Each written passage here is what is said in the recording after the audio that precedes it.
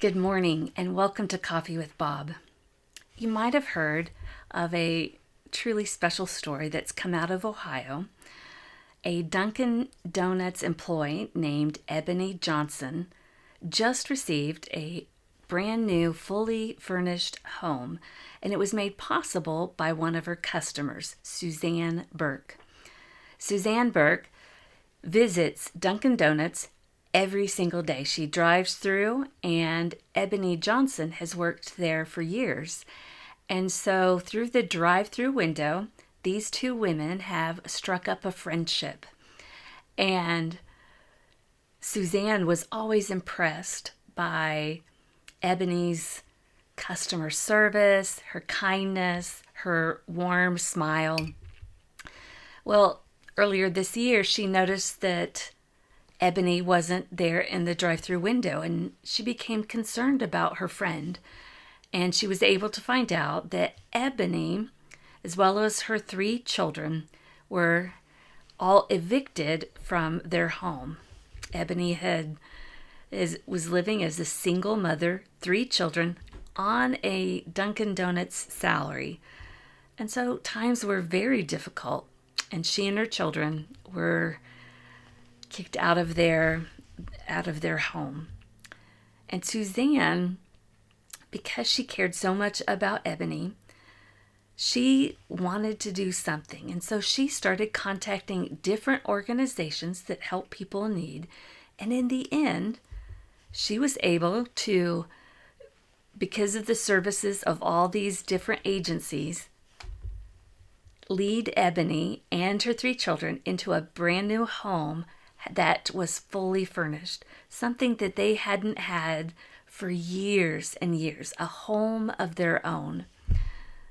Now, it's an incredible story, something that happened because 2 women struck up a friendship. Ebony's personality and spirit really made a difference in Suzanne's life. And then Suzanne wanted to return the favor. You and I will sometimes face situations and will want to help, but kind of feel at a loss. And it really would have been easy for Suzanne Burke to feel that same way. I mean, think about what she did. She was driving through the drive-through window and noticed Ebony wasn't there. And she wasn't there the next day or the next. She noticed that Ebony was gone. And so she could have left it at that. She could have just kept going to Dunkin' Donuts and continued on with her life. But she pursued it. And so she found out about Ebony's trouble and what had happened to her. And there, she could have left it at that as well. I mean, she could have given Ebony some suggestions on where she could go to find out.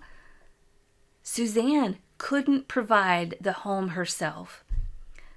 And so she went to different agencies she knew that were in the business of helping others. She was a coordinator. She couldn't do the whole house or furnish it.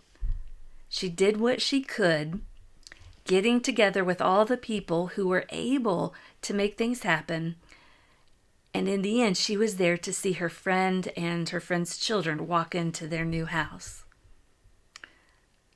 Keep your eyes open for people in need. It's what it means to be a good neighbor.